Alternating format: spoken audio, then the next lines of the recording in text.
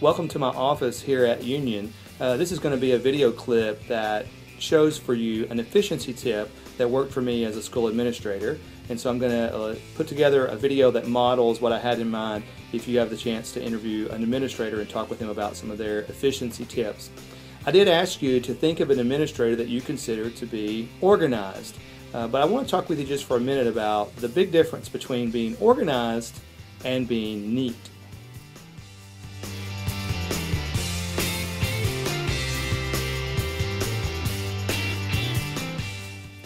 Okay, I can't believe I'm doing this, but I'm going to do it. Here's for all the world to see. This is my desktop as it stands right now. I think it's pretty safe to say that my desk is not neat. As a matter of fact, I've never really been accused of being a neat person. But I want to make sure that you don't confuse being neat with being organized. It is quite possible that a person could be organized but not be neat. It's also possible that a person could be neat and really not organized. Those two are not the same thing. Now, I agree they a lot of times go hand in hand, someone who's neat and someone who's organized, but it doesn't always have to be that way. Don't judge me because I'm not neat. That does not necessarily mean that I'm not organized.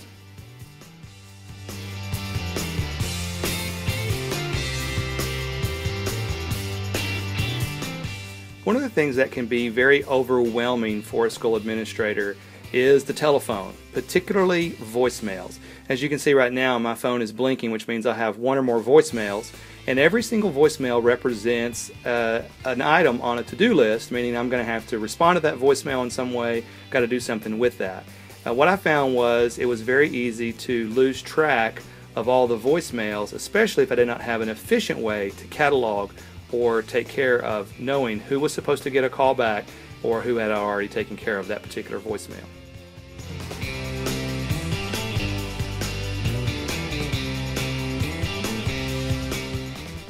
So what I use to keep track of my voicemails and have for a number of years now is a phone log.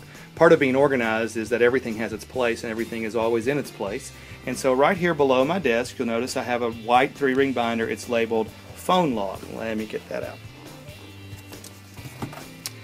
Inside the white 3-ring binder labeled phone log is a particular sheet here for voicemails. I have 3 boxes. This one sheet would take 3 voicemails and allow me to completely keep it all categorized. Who's the message from, what's the date and what's the time, who's the message to if I'm leaving a voicemail, what's that phone number, what's it about, and then ultimately my favorite part is the big box right here. It says resolved, and this is where I'm able to determine if I have officially resolved whatever that voicemail represented.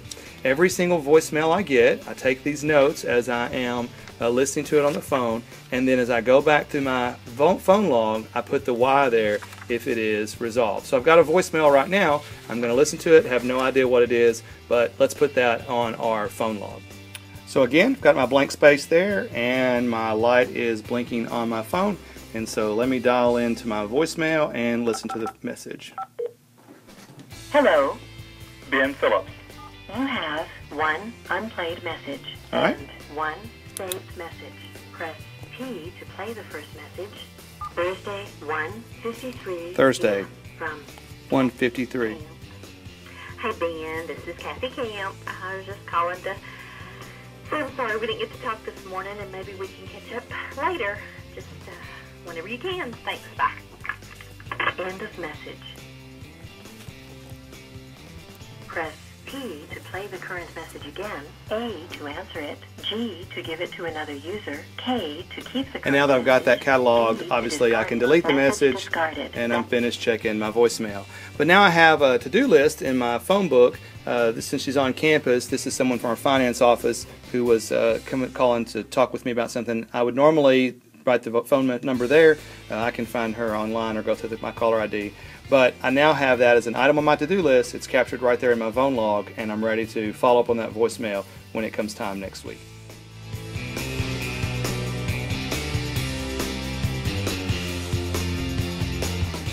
One of the real benefits of my phone log is it does allow me to archive all of my voicemail messages. And so I'm going to slide over here to my filing cabinet. I've got my miscellaneous drawer. Notice it's labeled. That's part of being organized. But anyway, I have in here all of my phone log messages from the last, I think this represents about 3 years. And so what I did as a school administrator was I kept everything color-coded by semester. So actually this looks like maybe this represents, no, it's going to be 3 years worth there. So every time we hit a new semester, I changed colors. Every person who called me or I called them, I have a record of it. It's all the documentation for every phone call that I've had for the past 3 years. One of the other things that I loved about this was the ability to go back and find other people's phone numbers, or what we talked about, sometimes an issue comes back up a couple months later and I could refer back to my notes from that conversation. Here's what else I liked about the phone log. Many times secretaries will use this special message paper like this, and so I have these little things that are just loose on my desk. This allowed me to have a spot to actually staple that in, and so it took that whole block. It wasn't a voicemail on my machine. Instead what it was a message that my secretary took.